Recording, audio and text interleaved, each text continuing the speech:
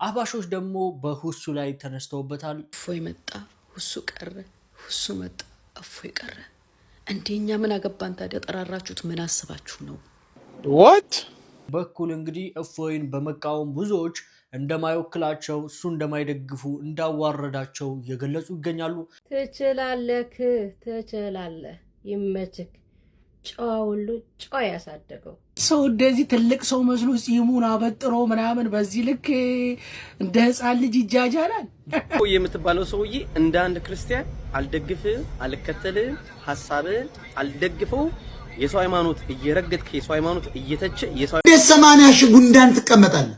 ላንድ ወራዳ ዲያቆን አይደል መምህር አይደል መለኩስ አይደል የተማሩት አሁን ተዋረደ እኮ እፎይ የሚባል አታስገባሰው። አሰላሙ አለይኩም ወራህመቱላሂ ወበረካቱ። የአላህ እዝነት ቸርነት ሰላም ፍቅር ጤና በያላችሁበት ዳር በርሉ በሁላችሁም ላይ ይሁን። ሰይድ ነኝ። ዛሬም እንደተለመደው እጅግ በጣም ምርጥና አዳዲስ መረጃዎችን እየቀርባለሁ። እነዛን ቪዲዮዎችን እንመለከታለን። ለዚህ ዩቲዩብ ቻናል አዲስ ሆናችሁ ግን ሰብስክራይብ አድርጉ። ነባሮችና ቻናል ቆሞች ደግሞ ሁላችሁም ቪዲዮውን ላይክ በማድረግ ጀምሩ። ቀጥታ ወደ ዛሬ ቪዲዮ لبثتم إلا قليلا لو أنكم كنتم تعلمون በዛሬ ቪዲዮአችን የምናያቸው ጉዳዮች አሉ። እነሱም እንግዲህ በእፎይና በሁሱ መካከል ሲደረግ የነበረው ክርክር ብዙ ውዝግብን አስነስቷል። በኦርቶዶክሶች በኩል እንግዲህ እፎይን በመቃወም ብዙዎች እንደማይወክላቸው እሱ እንደማይደግፉ እንዳዋረዳቸው እየገለጹ ይገኛሉ። አህባሾች ደግሞ በሁሱ ላይ ተነስተውበታል። ሁሱ ያደረገውን ነገር በማስተባበል አንዳንድ ጥላቻቸውን እንግዲህ እያሳዩ ነበረ። ዛሬ እንግዲህ እሱንና እንደዚሁም ሌሎች እጅግ በጣም ምርጥ ነገሮች እናያለን። ወደ መጀመሪያ ቪዲዮ ወስዳችኋለሁ። በመጀመሪያ ሴዶ እንግዲህ ያው በቅርቡ ፋይት ያደርጋል ተብሎ እየተጠበቀ በነበረበት ሰዓት ላይ አንድ ምላሽ ሰጥቷል። ሴዶ በስተመጨረሻ እንግዲህ ከሰማይ ወርቅ ቢዘንብልኝ እንኳን አልደባደብም ብሏል። ሰሞኑን እንግዲህ ሁለተኛውን የኤምኤምኤ ፋይት በኢትዮጵያ ከጆኒ ጋር ያደርጋል ተብሎ ሲጠበቅ የነበረው ሴዶ ማርሻል አርት በትናንትናው ዕለት እንግዲህ አካውንቱ መዘጋቱ የሚታወቅ ነው። እናም ትናንትና ምሽት ላይቭ ላይ እንደተናገረው በሶስት ምክንያት ይህንን ድብድብ በፍጹም አላረግም።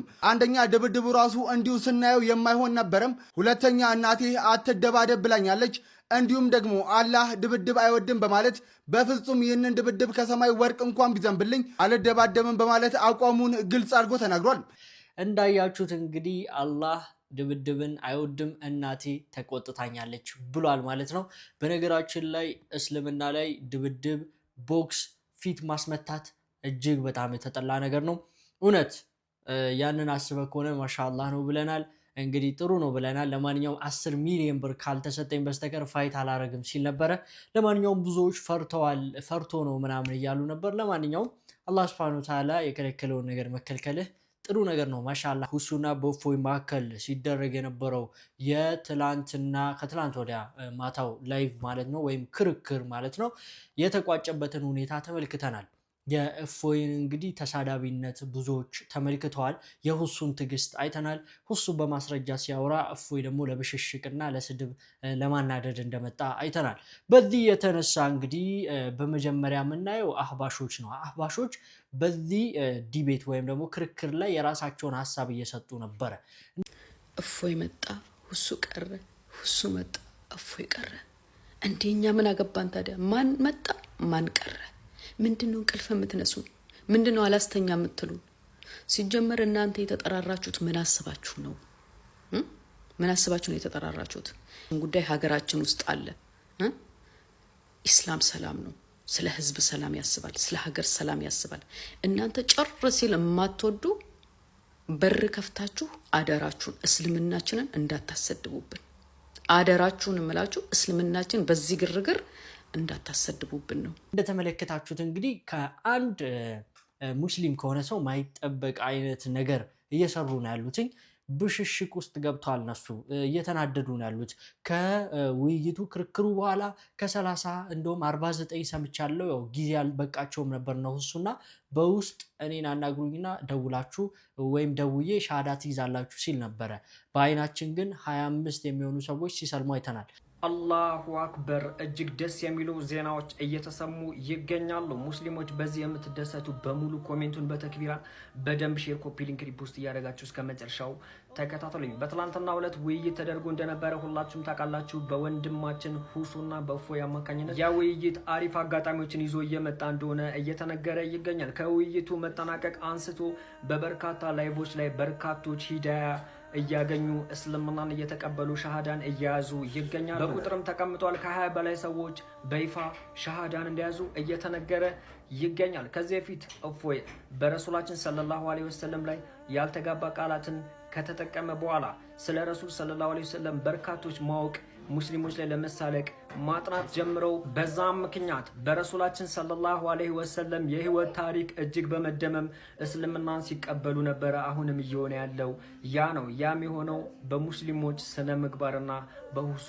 ያስረዳበት መንገድ ሰበብ ሆኖ ነው። ቀደምም እንደነገርኳችሁ ላይቭን ያልተከታተላችሁ ውይይቱን ያልተከታተላችሁ የተቆራረጠ የፖለቲካ ቪዲዮ የምታዩ በሙሉ ፌስቡክ ገጽ ላይ ላይቭ አስተላልፌው ከ3 ሰዓት በላይ ሙሉ ቪዲዮ እዛ አለላችሁ። እዛ ሄዳችሁ ሙሉን ማየት ትችላላችሁ። መማር ያለባችሁን ተማሩ። ሙስሊሞች በተክቢራ በደም ሼር ኮፒ ሊንክ ሪፖስት ያደርጋችሁ አደርሱት። ይህንን አስመልክቶ አህባሾች እየተናደዱ ነው ያሉት። እንደምታውቁትኝ አህባሾች ከዋሃብያ ምናምን እያሉ ሙስሊሞችን በመከፋፈል ይታወቃሉና ሁሱ ደግሞ መንዙማ አይወድም፣ ሽርካ አይወድም፣ የነሱ ዝባዝንኬና እንደዚሁም ደግሞ ፈጠራዎች አይወድም፣ ቢዳዎች አይወድም። በዚህ የተነሳ ብዙዎች ይጠሉታል። በነገራችን ላይ የአህባሾች ጥላቻ ከካፊሮች ጥላቻ እየበለጠ ነው ያለው። ካፊሮች እንኳን እውነትን እያወቁ እውነትን እየተቀበሉ ይገኛሉና እኔ ወላሂ ከሙስሊም እንደዚያ ነገር አልጠብቅምና ሙስሊምን አይወክልም እያሉ ነበረ ሁሱ ማለት ነውና የዚህን ያክል የወረደ ስራ እየሰሩ ነው ያሉት። እነሱ የሚሰሩት እንደምታውቁትኝ ቄሶች ጋር በመሄድ እንደዚሁም ቤተክርስቲያን በመሄድ ልክ እንደዚህኛው ልጅ ማለት ለምሳሌ ማሳያቸው ይሄ ነው። ኦርቶዶክሶች ወላሂ ነው የምላችሁ፣ እኔስ ማርያምን ወዳታለሁ፣ ያምናንተን ወዳታለሁ። በቃ የነሱ ስራ ይሄ ነው። እንደዚህ አይነት ስራ ነው የሚወዱት። እስልምናን አያስተምሩም፣ ስለ እስልምና አያውቁም፣ እውነተኛውን እስልምና አይከተሉም። ነገር ግን የሚሰራ ሰው ያጨናግፋሉ፣ እውነትም የሚናገር ሰው እንዳይሰራ ያደርጋሉና እኔ እንደ አህባሾች ወላሂ በጣም ያዘንኩባቸው ሁኔታ የለም። በተለይ ደግሞ በዚህ ሰዓት ማለት ነው ካፊሩ እንኳን ባመነበት ሰዓት። እሺ የአህባሾችን ጉዳይ እዚሁ ላይ እንተዋለን። የነሱ ጉዳይ አንስተን አንጨርሰውም። ከሙስሊም የማይጠበቅ ተግባር ነው እያደረጉ ያሉት። ለማንኛውም አሁን የምንመለከተው ክርስቲያኖችን ነው። ክርስቲያኖች የዚህ ክርክር መጨረሻን ተመልክተው ክርክሩን ታዝበው የራሳቸውን ሀሳብ ሰጥተዋል። አብረን እናየዋለን። እንግዲህ 80 ሺህ ጉንዳን ትቀመጣለህ ለአንድ ወራዳ ዲያቆን አይደል፣ መምህር አይደል፣ መነኩሴ አይደል። የተማሩት አሁን ተዋረደ እኮ እፎይ የሚባል ኢየሱስ ወሸላለ የለውም አላለውም። አምላካችን በዚህ ደረጃ የሚያዋርዱ እፎይ ናቸው።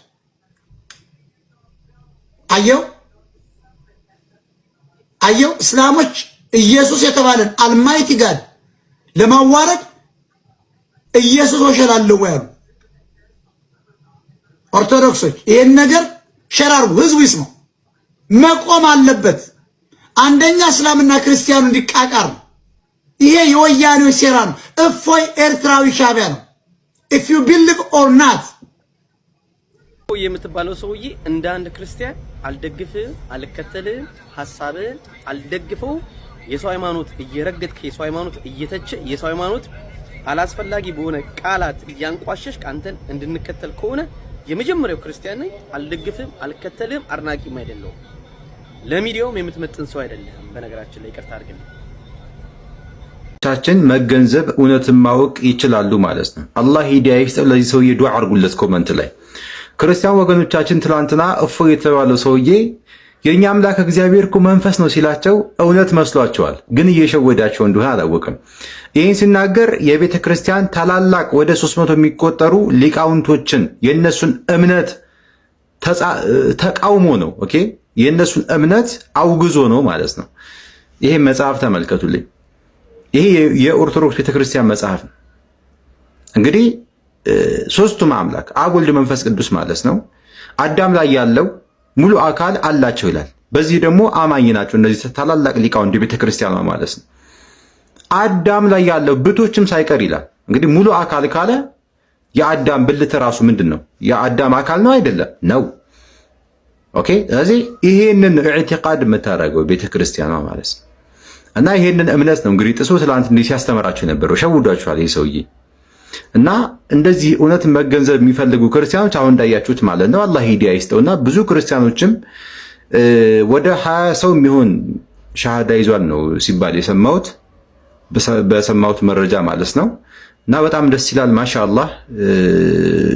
በዚህ አጋጣሚ ማለት የምፈልገው ነገር ምንድነው ከእንደዚህ አይነት ጋጠወጥ ሰዎች ጋር ብዙም ጊዜ መወያየት ጥሩ አይደለም። ማለት እንዲህ አይነት ሰዎችን እውቅና መስጠት ነው የሚሆነው። እንዲህ አይነት ሰዎች ጀመር ቦታ የማይሰጣቸው። እንደውም ትላንትና ትንሽ እንደው ሪከርድ እኔ ውይይቱን አላየሁም። ማታ ቀን ላይ ሪከርድ ተደርጉ የተለቀቁ ቪዲዮዎችን አይቻለሁ ጠዋት ላይ ማለት ነውና ያው እንደው ሲሳደብ አላየሁትም። ትንሽ በረድ ብሎለታል መሰለኝ። አላኩል ያህል እንዲህ አይነት ሰዎችን እውቅና መስጠት አያስፈልግም። የኦርቶዶክስ ቤተክርስቲያንም መምህር አይደለም ተብሏል። ማን ነው ዲያቆን ዮርዳኖስ እንደተናገረው ማለት ነው። እና የኦርቶዶክስ ቤተክርስቲያን መምህራኖች ካላችሁ ኑ መምጣትም አለባችሁ። ለክርስትናችሁ ድረሱ ነው የምንላቸው። ለክርስትናችሁ ድረሱ። ያለበለዚያ ሰው ሻሃዳ ያዘል ያልቅባችሁ ነው። አላህ ሂዳያ ይስጣችሁ። ትናንትና ሁሱና እፎይ ያደረጉትን ዲቤት ለማየት ሞክሬያለሁ። ከዚህ የተረዳሁት ሰው ስለ ራሱ ሃይማኖት በቂ እውቀት ቢኖረው ኖሮ የሌላውን ሃይማኖት ለመተቸት ድፍረት አይኖረው። ምክንያቱም አንተ የሌላው ሃይማኖት ላይ ፕሮብሌም ብለህ የምታነሳቸው ኤቭሪቲንግ አንተ ሃይማኖት ውስጥ አለ። አይነቱና ይዘቱ ይለያይ ይሆናል እንጂ ሁሉም ሃይማኖት የራሱ የሆነ ትልቅ ፕሮብሌም ያለው፣ ያንን ፕሮብሌም በበቂ ሁኔታ ማስረዳት ሳይችል የሌላውን ሃይማኖት ለመተቸት መሞከር በጣም ቂልነት እንደሆነ ተረድቻለሁ። ሃይማኖተኛ አውት ኦፍ ቦክስ አያስብም። አውት ኦፍ ቦክስ ቢያስብ ኖሮ የሌላውን ሃይማኖት ልትተች ስትነሳ ቆይ እኔ ጋር ያለው ጉድለት ምንድነው? ይሄ ነገር እኔ ሃይማኖት ጋር የለም ወይ ብለህ ትጠይቃለህ። ለአንተ ሲሆን አይ ሊል የፈለገው እንደዚህ ነው እንደዚህ ለማለት ነው እያልክ ለሌላው ሲሆን ደግሞ በጭፍን መደምደም ሊትራሊ ልክ ያልሆነ ነገር ነው። ሁለቱም ጋር የታዘብኩት ስለሆነ ማለት ነው። ከሞላ ጎደል በጣም ዩዝለስ የሆነ ውይይት ነው የተደረገው። ከዛም ደግሞ የሚያስቀው ምንድነው ከወጡ በኋላ ሁለቱም እኛ አሸንፈናል አይነት ደስታቸውን ሲገልጹ ተመልክቻለሁ። ትችላለህ፣ ይመችክ። ጨዋ ሁሉ ጨዋ ያሳደገው ሙስሊም ወንድም በእውነት አንድች ክፉ ከአንደበቱ ሳይወጣ በሰላም አጠናቀቀው።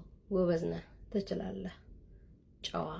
የእናንተ አልበቃ ብሎ ደግሞ አንድ ጋጦጥ ቦዘኔ ባለጌ የስድ እናት አባቶችን እንደዛም ያዋረደ ገዳማውያቶችን ሰማዕታቶችን ያዋረደ ድንግል ማርያምን በአደባባይ የተሳለቀባትን ሰው አምጥተህ ቁጭ አደረገው። ማን አባ ስለሆንክ ነው እያልኩ ጥያቄ ነው፣ ትመልስልኛለህ። አልሰማህም። ማንም ምንም አታመጡ። አበዛችሁት እንዴ! ከሳምንት ነው ከአንድ ወር በፊት በዘፈን ብጥብጥ ልታመጡብን ቴዲ ዘፈን አወጣ እንትን ባንዲራ ወይና ምናምን ስትሉ ነበር። እፎይ አታስተምርልን። ብቻህን ሂድና እዛው ተማማር። ቁጭ በልና አንድ ላይ ከነሱ ጋር ቁጭ ብላ በጠረጴዛ ዙሪያ እስቲ ሂድና ተማማር። ሂድና ተማማር። እኛን ግን አታበጣብጣል። ሰላም ነን።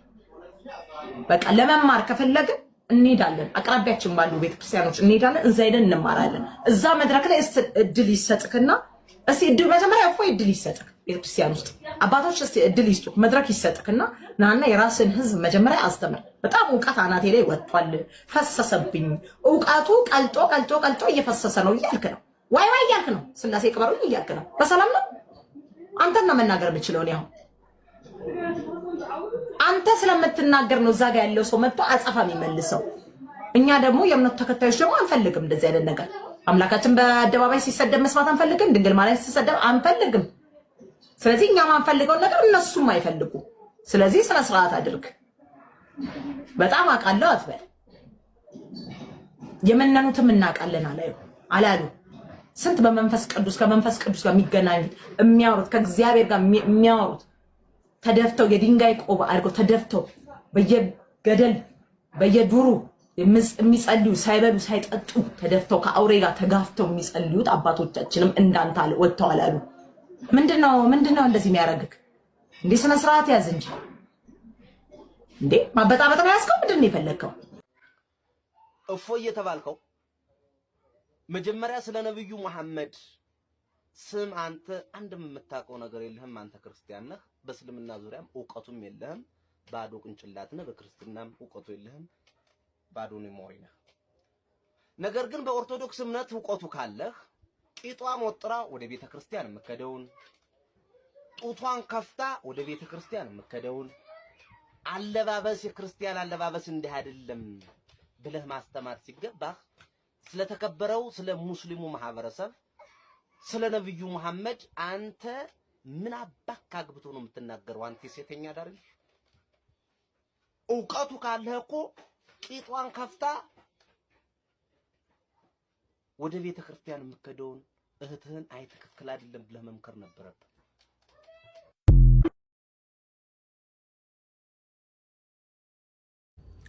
ከ20 ሰው በላይ በላይቭ ከውይይቱ በኋላ እስልምና እምነትን ተቀብሏል። ውጤታማ ፍሬያማ የሆነው ማን ነው? አያችሁ፣ ፍሬያማ። ለዚህ እኮ ነው ወንጌል ስበኩ፣ አስፈላጊ ከሆነ ቃላት ተጠቀሙ የሚባል። ሰዎች ያያሉ ስዕብናን፣ ትዕትናን፣ ካራክተርን፣ ባህሪን ያያሉ። አያችሁ፣ ባህሪ ካራክተር። ስለ አምላካችሁ ስትመሰክሩ በፍቅርና በእውነት መሆን አለበት። አንድነት፣ ፍቅር ኃይል ነው። ኃይላቸውን አንድነታቸውን አሳይተዋል። እኔ ገለልተኛ ሁኜ ያየሁትን የተናገርኩት። ቤቴን ከፍቼም ኑ አስረዱኝ፣ ኑና ሀሳብ ስጡ ብለን ለሁሉም ከፍተን መጣው። ብዙዎቻችሁ ሀሳብ ሰጣችኋል። ከኦርቶዶክስ ተዋህዶ እምነት ተከታይ፣ ከፕሮቴስታንት እምነት ተከታይ፣ ከእስልምና እምነት ተከታይ። ነገር ግን ይሄ ለታሪክ ራሱ ጥሩ ነው። ለምን ውይይታችን፣ ንግግራችን በቅድስና በትህትና ማሸነፍ እንደሚቻል ነው እሱ ያሳየው። እፎይ ወንድማችን ስሜቱን መቆጣጠር ስላቃተው ምናልባት 2 ሰዓት 3 ሰዓት ስለጠበቀ ምናልባት ብዙ ነገር ሊሆን ይችላል። at the end of the day አያችሁ፣ ካራክተር በጣም ኢምፖርታንት ነው። ባህሪ በጣም ኢምፖርታንት ነው። አንደኛው ባህሪው አሸንፏል። እውቀቱ ብቻ ሳይሆን ባህሪው፣ ጸባዩ እና ከዛ መማር አለብን ብዬ አስባለሁ። ሁላችሁ ኢትዮጵያውያን እንደ ኢትዮጵያዊ የባህሪ ለውጥ እናምጣ፣ የባህሪ ለውጥ እናምጣ። እኔን ራሱ አስተምሮኛል። እኔ ራሱ እንደዛ አይነት ባህሪ ያለኝ ወይ እንደዛ ሰው መንፕሌት ለማድረግ ሲሞክር ምን አይነት ነገር ነው ማሳየው ብዬ ራሴን መረመርኩኝና I'm speechless. ብዙ ስራ ይቀረናል። ኮንግራቹሌሽን ለእናንተ። እንኳን ሰዎች ወደ እስልምና እምነት በሰላም መጡ። ምንም ማድረግ አይቻልም። እንግዲህ እንደተመለከታችሁት ብዙ ክርስቲያኖች መስክረዋል። ብዙ ክርስቲያኖች እፎይ እንደማይወክላቸው እየገለጹ ነው ያሉት። እሱን እንደማይደግፉ እየገለጹ ነው ያሉት። እንደዚሁም ብዙዎች ሁሱ ቤት በመግባት የሁሱን ጸባይ እያደነቁ ይገኛሉ። በጣም ሁሱ የኔ አባት ሰላም ነው? ናም አልሐምዱሊላህ። እንዴት ነው? አለሁ እግዚአብሔር ይመስገን። ደህና ነህ? አለሁ አልሐምዱሊላህ። አለን አሪፍ ነው፣ ደስ ይላል። የማታውን ፕሮግራም ተመችቶኛል። በቃ በነገሮቹ ላይ ባለመቸኮል እፎይ ላይ ያየሁት ቁጣዎች ያየሁት በቃ በአጠቃላይ ንግግሮቹን ብዙም አልጣመኝም። የእፎይ ንግግር እውነቱን ስነግርህ እዛ ጋር ግን ከምን በላይ እንትን ስብዕናን ደስ አለኝ። ትዕግስት ማድረግህን በጣም ተመችቶኛል። አንዴ ዝም በል እስኪ ጣልቃ አትግባ ምናምን ሲል እሺ ማለትህን በጣም ተመችቶኛል። ከምንም በላይ ማርከኸኛል በጸባዮች። በግሌ አደንቅሃለሁ። አመሰግናለሁ። ምንም አይደል ወንድሜ። ያው እምነት እኮ እምነት ሲባል ሲከባበሩ ፍቅር ሲሰጡ ነው እንጂ ፍቅርን ነፍገህ ደግሞ እምነትን ማክበር አትችልም።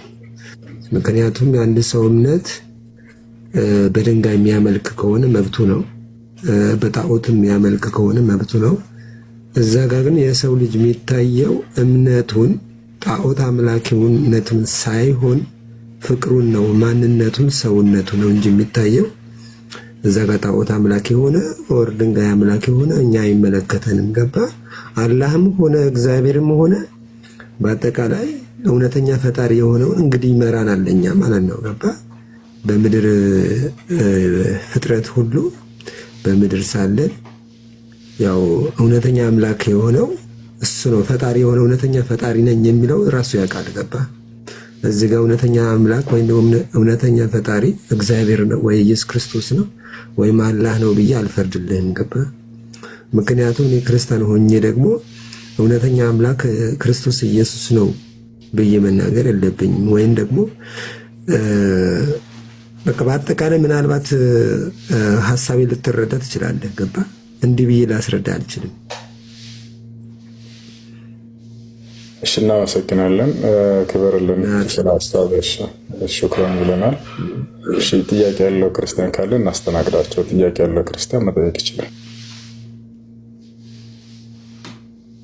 እና መማር እፈልጋለሁ። ያው ተጠምቄያለሁ። እንኳን ደስ ያለሽ። እንኳን ክርስቶስ ረዳሽ። እንኳን ክርስቶስ ረዳሽ። በጣም ደስ ይላል። ኢላላህ ኢላላህ ወአሽሀዱ አነ ሙሐመደን አብዱሁ ወረሱሉሁ። አልሐምዱሊላህ ነው። አላሁ አክበር። ለዓለማቱ ጌታ ምስጋና ይገባው። ሞት ሳይቀድመሽ በዚሁም ሳቆይ አላህ እንኳን ወደ ብርሃኑ መለሰሽ። ከባዱ ነገር ያ ጀማዓተ ኸይር ሞት የሚባለው ነገር መቼ እንደሚመጣ አናውቅም። በዛ ላይ ሆኖ ሞት እሱ ነበር ከባዱ። እሱ በቃ የውርደት የዝቅጠት ዝቅጠት ነው። አምላክን ክደን መሞት ማለት ነውና አልሐምዱሊላህ መቼም የተውባ ሞት አንድ ሰው የጣለ ሞት እስከሚደርስበት ድረስ ተስፋ አለው። ተውባ ይከጃል ከሱና አልሐምዱሊላህ። አንቺ እህታችን ሀዩ ስተት እንደሰራሽ አምነሽ የማያስ ትልቅ ነገር ነው። ቀደም እንደጠቀስኩሽ አምላካችን አላህ ሱብሓነሁ ወተዓላ ያ ኢባዲ አለዚነ አስረፉ ብሎ እናንተ ባሮቼ ሆይ ተስፋ አትቁረጡ ብሎ አስቀምጦልናል። ለዓለማቱ ጌታ ምስጋና ይገባ። ከዚህ በኋላ ግን አደራ ይሄ ነገር እንዳይደገም አምላካችን ቁርአን ላይ ምንድን ያለው ኢነል ለዚነ አመኑ ثم كفروا ثم آمنوا ثم كفروا ያስቀምጧልና በጣም ከባድ ኩለት ደግሞ አምኖ መካድ መደጋገም ይሄ ከባድ ነገር ነውና አላህ ተባረከ ወተዓላ እንደዚህ ነገር ደግሞ እንዳይፈጠር በደንብ አገሽ ወቂ እውቀት ነው ለሁሉ ነገርና ያልገባሽ ነገር ካለ በደንብ አገሽ መማር ነው። አልሐምዱሊላህ አሁንም እስካሁን እንዳያችሁት እስልምናችን ግልጽ እንደሆነ መልስ እንዳለ በተግባር እያሳየ ነው። ስለዚህ ያልገባሽ ካለ ኡስታዞች አሉ፣ ምርጥ ኡስታዞች እየገባሽ መጠየቅ ትችላለሽ። ወንድሞችሽ ከጎንሻለን ኢንሻአላህ። በርቺ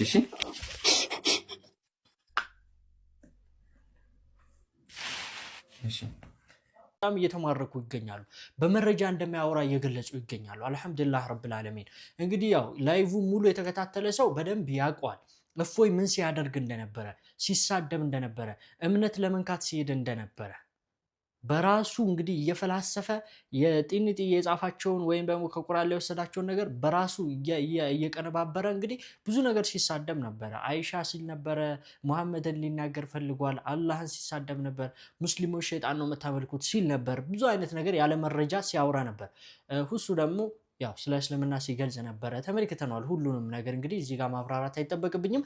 ለማንኛውም ኦርቶዶክሶች እውነትን መመስከራችሁ እጅግ በጣም ደስ ብሎኛል። ብዙ ጊዜ በጭፍን ለምሳሌ ይህን ፎቶ እዩት። ከፊት ለፊት እፎይ የሚባለው ይመራቸዋል። ከዛም በኋላ አይናቸውን ይዘው ወደ ገደል ነበር የሚገቡት። አሁን ደግሞ እየነቁ ነው ያሉት። ማሻአላህ ንጽጽር ላይ የሚሰሩ ወንድሞቻችን ትልቅ የሆነ ስራ እየሰሩ ነው ያሉት። ሁላችንም ልንደግፋቸው ይገባል። ወደ ሌላኛው ጉዳይ ሲወስዳችሁ ኢምራን የሚባለው ልጅ ሲፈሩት ነበረ።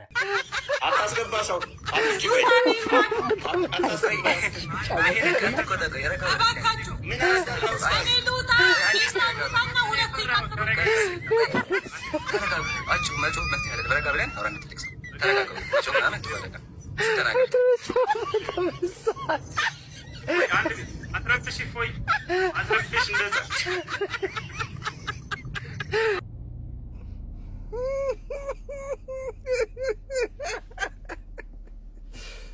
ከወንበሩ ተነስቶ ሊሮጥ ነበር። ኢምራን ሲገባ ማለት ነው።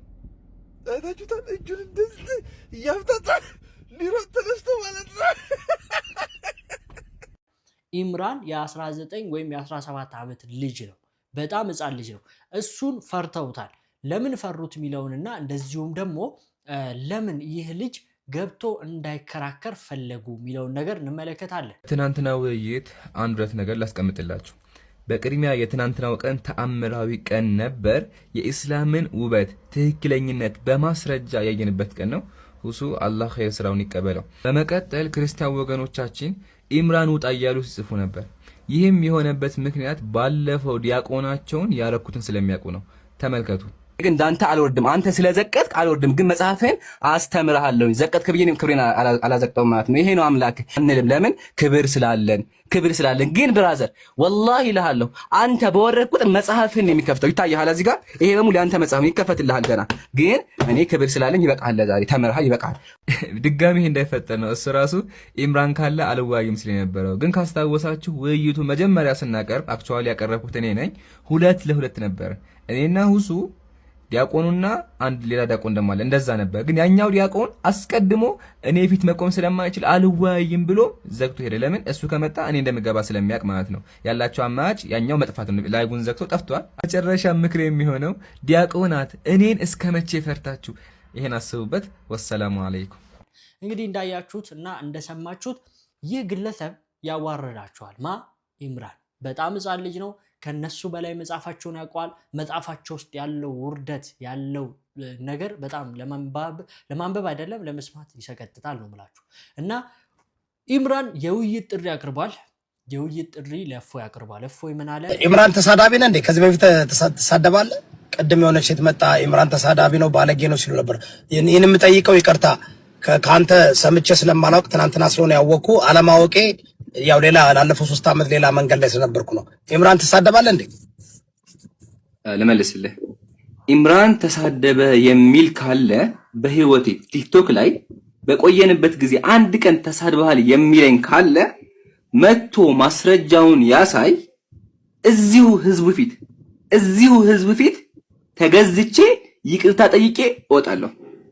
ሰምታችሁኛል? ተሳደብክ የምትሉ ከሆነ እኔ የማወራው በመጽሐፍ ነው። ኢቭን እንደ ዲያቆናቸው ጎግል አይደለም ሐቢቢ፣ ጎግል አይደለም።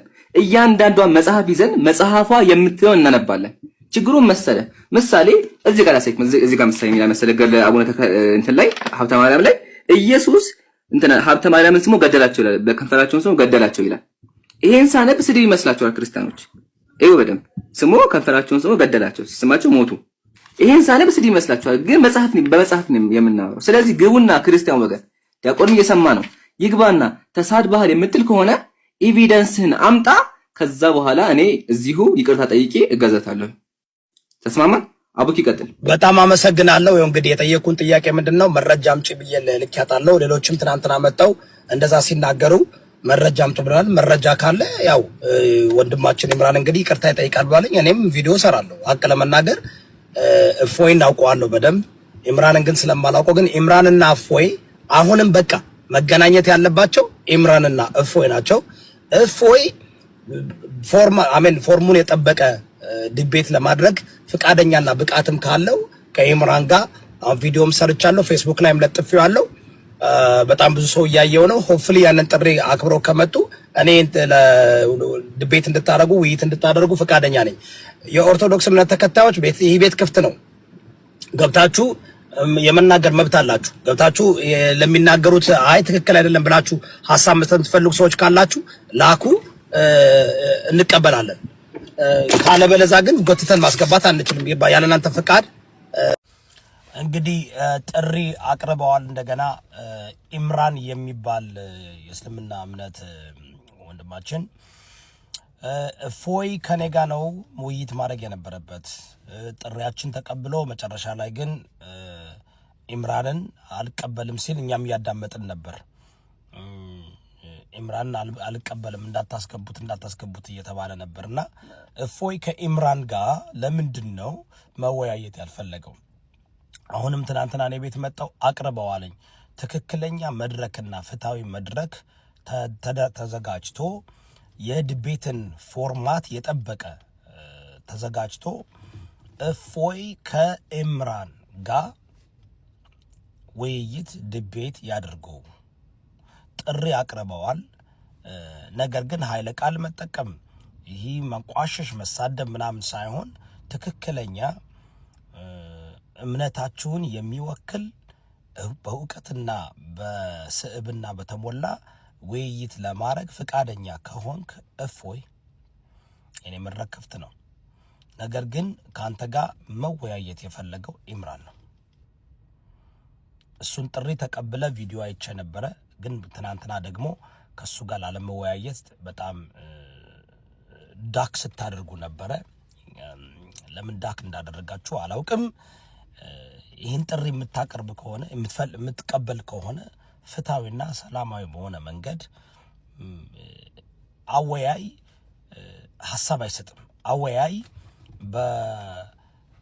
በሰዎች እንትን መርጦ ምንድነው አዳልቶ አያወራም፣ አይናገርም። አወያይ ስራው ፎርማቱን ጠብቆ ህጉንና አውዱን ጠብቀው ሰዎች እንዲወያዩ ዲቤት እንዲያደርጉ እንዲከራከሩ ማድረግ ነው። የፈለጋችሁት ክርክር ነው፣ የፈለጋችሁት ዲቤት ነው። ዲቤት ደግሞ ራሱን የቻለ ፕሪንሲፓል አለው፣ ራሱን የቻለ ፎርማት አለው። ያንን ፎርማት ተከትሎ መወያየት ይቻላል። ቤቱ ክፍት ነው። ኢምራንም ዝግጁ ነው። እፎይ አንተ ምን ትላለህ? እፎይ ከኢምራን ጋር ውይይት ዲቤት ያድርጉ። ሰላሙ አለይኩም ወራህመቱላህ። ሁላችሁም ይህን ቪዲዮ ሼር በማድረግ ጀምሩ። ያው ካስታወሳችሁ በባለፈው ውይይት ይህ ዲያቆን እኔ ጋር ሊወያይ አልቻለም ነበረ፣ ከገባ አልወያይም ብሎ ወጥቷል። አሁንም በድጋሚ እኔ ፊት መጥቶ እንዲወያይ ያው ኦፊሻሊ የውይይት ጥሪ አቅርቤለታለሁ። ኢዮዳብ እንዳለው ኢዮዳብም ካልፈለገ ችግር የለውም ከሆስት ለመወያየት ዝግጁ ነኝ። እኔን እስከ መቼ ፈርቶ በሚያወራው እውነተኛ ከሆነ ክርስቲያን ወገኖቻችን እኔ ጋር መጥቶ ፊት ለፊት እንዲወያይ አድርጉ። ይሄን ቪዲዮ ሁላችሁም ሼር አድርጉ። ወሰላሙ አለይኩም።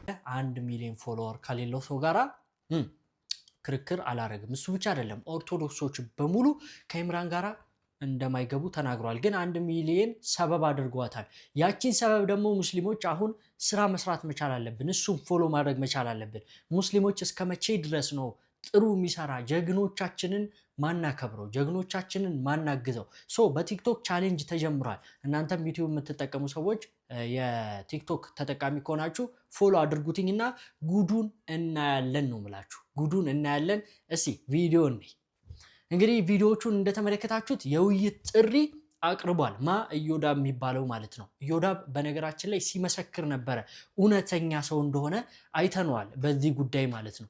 ሞጣ ሳይቀር እንግዲህ ስለዚህ ጉዳይ ያወራ ነበረ፣ ተመልክታችሁታል። እና እጅግ በጣም ጥሪው ተቀባይነት ይኖረዋል ወይ? በጣም አስጊ ነው። ምክንያቱም ኢምራን ከባድ ሰው ነው። እንደ አንበሳ ነው የሚፈራው ኢምራን። ምክንያቱም እያንዳንዱን መጽሐፋቸውን ያውቋል።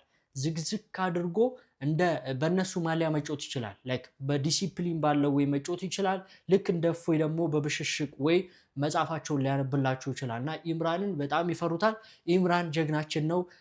እንደዚሁም ሁሱ ንጽጽር ላይ የሚሰሩት ሁላችሁም አላህ ይጠብቃችሁ ማለት ፈልጋለሁ። አሁን ደግሞ ወደ ውጪ መረጃዎች እንሄዳለን። የሳውዲ አየር ኃይል የኢራን ግዛት ውስጥ ጥቃት እንደፈጸመ ታውቋል። ትናንትና በሰራውላችሁ ቪዲዮ ላይ ዩኤኢ ዩናይትድ አረብ ኤሚሬትስ የአሜሪካና የእስራኤልን ጥቃት አስታካ የራሷን ጥቃት ኢራን ላይ ስትፈጽም እንደነበረ ነግሬያችሁ ነበረ። ይህንን ዎል ስትሪት ጆርናል ይዞት የወጣው ሪፖርት ነግሬያችሁ ነበረ።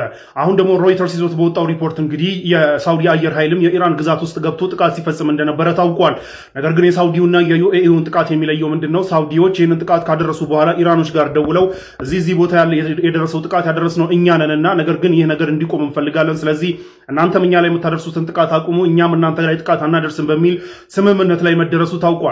ይህንን ተከትሎ ደግሞ ሳውዲ ላይ ይደረጉ የነበሩ ጥቃቶች ቁጥራቸው እጅግ በጣም እንደቀነሰ ታውቋል። ከዛ በኋላ የሳውዲና ኢማራት ልዩነቱ ምንድነው? ኢማራት በድብቅ ስታደርገው የነበረ ቢሆንም ሳውዲዎች ግን ካደረጉት በኋላ አድርገነዋልና እናረጋጋው ብለው ኮሚኒኬት ማድረጋቸውን ነው።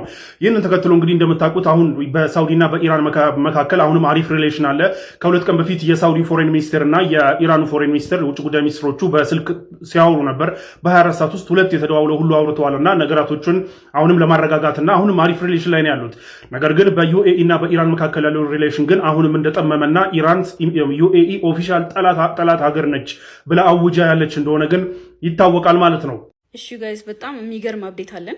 ከዚህ ጦርነት በኋላ ማለት ነው ከኢራንና ከአሜሪካ ጦርነት በኋላ አፍሪካ ውስጥ ትልቁ የነዳጅ ማጣሪያ ሪፋይነሪ ዳንጎቴ ሪፋይነሪ ማለት ነው ለአፍሪካ ትልቁ ኤርላይንስ ለኢትዮጵያን ኤርላይንስ ነዳጅ ፊውል ሰፕላይ ማድረግ ጀምሯል። የዳንጎቴ ሪፋይነሪ ኦነር ማለት ነው አሊኮ ዳንጎቴ ይባላል እና አፍሪካን ፈርስት ወይም ደግሞ አፍሪካን ለአፍሪካ የሚል መርህ ነው ያለው እና ከዚህ ጦርነት በኋላ ምን ያህል በነዳጅ እጦት እንዴት የተቸገረ እንደሆነ ታውቃላችሁ። ኢቭን ናይጄሪያ ራሱ ማለት ነው ኢምፖርት ታደርግ ነበረ ኦይል ማለት ነው። አሁን ግን ጥርሱን ነክሶ ማለት ነው ከፌብሩዋሪ በኋላ ለራሱ ለናይጄሪያ ተርፎ ለሌላ አፍሪካ ሀገራት እንደውም ለዩሮፕም ጨምሮ ኤክስፖርት እያደረገ ይገኛል እና ከወርልድ ባንክ ማለት ነው በጣም በቃ ትልቅ የሆነ ችግር ገጥሞት ነበረ። ለምንድን ነው ኦይል የምታከፋፍለው ብለውት ማለት ነው። ለምንድን ነው ላይሰንስ የሌላቸው ሌሎቹ አንተ ብቻ ለምንድን ነው የምትሰራው ምናምን ብለው ጓ ያሉበት ነበር እና ማለት ኦይል በሌለበት ሰዓት ነበር እንደዚህ የተባለ የነበረው። ሪፋይነሪው ማለት ነው አት ፉል ካፓሲቲ እየሰራ ነው ማለት ወደ 800% ኢንክሪዝ አለ በፊውል ኤክስፖርት ማለት ነው እና በአጠቃላይ ማለት ነው ኤነርጂ ማፑን ላይክ ግሎባሊ ሽፍት እያደረገው ይገኛል ማለት ነው። የመን ሚድል ኢስትን መጠበቅ ነው። እዛ ቴንሽን በቃ መቸገር አይፈልጉም ማለት ነው። እነሱም ፎሪን ከረንሲ ያገኙበታል። እኛም ኦፕሬሽናል ኮስታችን የነዳጅ እጦታችን ራሱ ይቀንሳል ማለት ነው። አያችሁት ምን እንደሚያክል ሪፋይነሪው የአፍሪካ ብቻ ሳይሆን ማለት ነው የዓለም ላይ ላይክ the largest single train refinery ነው ይባላል ማለት በአንዴ ቢልድ የተደረገ ማለት ሌሎች ሪፋይነሪዎች ማለት ነው በጊዜ ሂደት ነው ላይክ አንድ መጀመሪያ ቢልድ ይደረጋል ከዛ ሌላ ይሰራል ከዛ ሌላ ይሰራል። ይሄ ግን በአንዴ ማሲቭ አንዴ የተሰራ at one point in time የተሰራ the largest ዳንጎቴ ነው ይባላል ዓለም ላይ እና ላይክ ዩሮፕ ሰርቫይቭ ያደረገችው ለዌስት አፍሪካ ኦይል በመሸጥ ነው ላይክ ሪፋይን የተደረገ እና የዩሮፒን ኮምፒቲሽን በመግደል ላይ ያለ ሪፋይነሪ ነው ይባላል። ቺን ለማስተላለፍ ያክል ነው። ቲክቶክ ቪዲዮችን እያወረደብኝ ይገኛልና በተቻላችሁ አቅም ኮፒ ሊንክ አድርጉልኝ። ፎሎ ማድረግ እንዳረሱ ይመቻችሁ። ኢራን ከሁለት ሀገራት ጋር ብቻ ነበር ስትዋጋ እንደነበረ የምናውቀው አይደለ? ከአሜሪካና ከእስራኤል ጋር። ነገር ግን አሁን እየወጡ እንዳሉ ሪፖርቶች ከሆነ በአሜሪካና በእስራኤል በኩል ሌላ ሶስተኛ ሀገር ተደርባ ኢራንን ስትወጋ እንደነበረ ሪፖርቶች እየወጡ ነው ያሉት። ይቺ ሀገር ደግሞ እንግዲህ ከቅርብ ጊዜ ወዲህ ጦርነት በተነሳ ቁጥር ኮሽ ባለ ቁጥር ስሟ በተደጋጋሚ የምትነሳዋ ዩኤኢ ነች፣ ዩናይትድ አረብ ኤሚሬትስ ነች። አኮርዲንግ ቱ ዎል ስትሪት ጆርናል ይዞት በወጣው ሪፖርት እንግዲህ ዩኤኢ የአሜሪካና የእስራኤልን ጥቃት ኢራን ላይ የሚደርሰውን ጥቃት ጋር ኮኦርዲኔት ባደረገ መልኩ ያንን በተሸሸገ መልኩ እንግዲህ የኢራን ግዛት ላይ ጥቃት ስትፈጽም እንደነበረ ሪፖርት ይዞ ወጥቷል። ዎል ስትሪት ጆርናል ይዞ ወጥቷል። በተለይ ዶናልድ ትራምፕ ሲስፋየሩን ሊያውጁ ተቃርቦ በነበረ ሰዓት ኦር በዛ አቅራቢያ ሰዓት እንግዲህ የኢራንን ላቫን የሚባለው ኤርፖርት ምንድነው ወደብ ላይ ያለ የነዳጅ ፋሲሊቲን የኢራን የመታቸው ዩኤኢ እንደሆነች ነው እየታወቀ ያለው።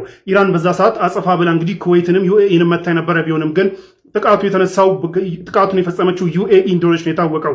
እንደምታውቁት በዚህ ጦርነት ላይ ዩኤኢ ለአሜሪካና ለእስራኤል ጥቃት ግዛቷን ከፈተች በሚል ሰበብ ኢራን በጣም ስትመታት የነበረው ዩኤኢ እንደነበረ ታውቃላችሁ። ከእስራኤልም በበለጠ መልኩ እስራኤል ላይ ካደረሰችው ጥቃት ኦልሞስት በአንድ ሺህ በሚበልጥ ጥቃት ዩኤኢን ስትመታ ነበረ። በዚህም ዩኤኢ በጣም ከፍተኛ ኢኮኖሚዋ ከተጎዱ ሀገራቶች በዚህ ጦርነት ውስጥ አንደኛዋና ዋነኛዋ ዩኤኢ እንደሆነች ይታወቃል። አሁን ደግሞ ጭራሽ ግዛቷን ከፈቀደች በሚል ሰበብ ስትቀጠቀጥ የነበረችው ዩኤኢ አሁን ደግሞ ጭራሽ ኢራን ዩኤኢ ኦፊሻል ጠላት ሀገር ነች ብላ አውጃ ባለበት ሰዓት እንደዚህ አይነት ሪፖርት መውጣቱ ግዛት ፈቀደች ብቻ ሳይሆን ራሷ ጥቃት ስትፈጽም ነበር የሚል ሪፖርት መውጣቱ ነገሮችን የበለጠ ኮምፕሊኬት ያደርገው ይችላል ተብሎ ይጠበቃል። እንደምታውቁት እንግዲህ በዚህ ጦርነት ኢራን እና ዩኤኢ በጣም ከፍተኛ ጉዳት የደረሰባቸው ኢኮኖሚ ጉዳት የደረሰባቸው ሁለቱ ሀገራቶች ናቸው። ይህ ጦርነት በሲስፋየር በስምምነት አልቆ ራሱ ቢቆም ራሱ ሁርሙዝ ከተከፈተ በኋላ በዩኤኢ እና በኢራን መካከል ገና ፍጥጫዎች ሊቀጥሉ የሚችሉበት ፕሮባቢሊቲ አለ። አኮርዲንግ ቱ ሚ የሚታየኝ ይሄ ነው። ምክንያቱም ሁለቱ ሀገራቶች በኢኮኖሚ በጣም መጎዳታቸውን ተከትሎ እንግዲህ ሁርሙዝ ሲከፈት ኢኮኖሚያቸውን ለማገገምና ቶሎ ነዳጃቸውን ለመሸጥ እሽቅድድሞች መኖራቸው አይቀርም። በተለይ ነዳጅ የተጠማውን ዓለም እንግዲህ መልሶ ፊድ ለማድረግ እሽቅድድሞች ይኖራሉ። ይህ እሽቅድድም ግን በፊት በኦፔክ ማዕቀፍ ስር ነበር ሬጉሌት ሲደረግ የነበረው። ነገር ግን አሁን ዩኤኢ ከኦፔክ ራሷን ማግለሏና ከኦፔክ መውጣቷን ተከትሎ እንግዲህ ዋይልድ ካርድ መሆኑ አይቀርም። የነዳጅ ሽያጩና የኢኮኖሚክ ጉዳዩን ራሱ ሌላ አናዘር ፍሮንት አናዘር ግንባር የኢኮኖሚክ ዋርፌር አናዘር ግንባር ሊከፈት ይችላል።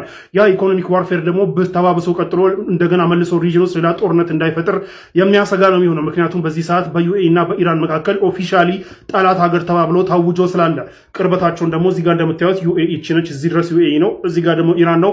ሁርሙዝ ላይ ሌላ ችግር መፈጠሩ የማይቀር ነው የሚሆነው። ለማንኛውም ግን አገስ ዊልስን ይሄን መሰል ነበረ ሳይነበርኩ ቪዲዮ ላይ ቻናል ሰብስክራይብ አድርጉ። ቪዲዮን በተለያዩ ሻል ሼር አድርጉ። አላህ በጀነት ያገናኘን። ወሰላሙ አለይኩም ወራህመቱላሂ ወበረካቱ።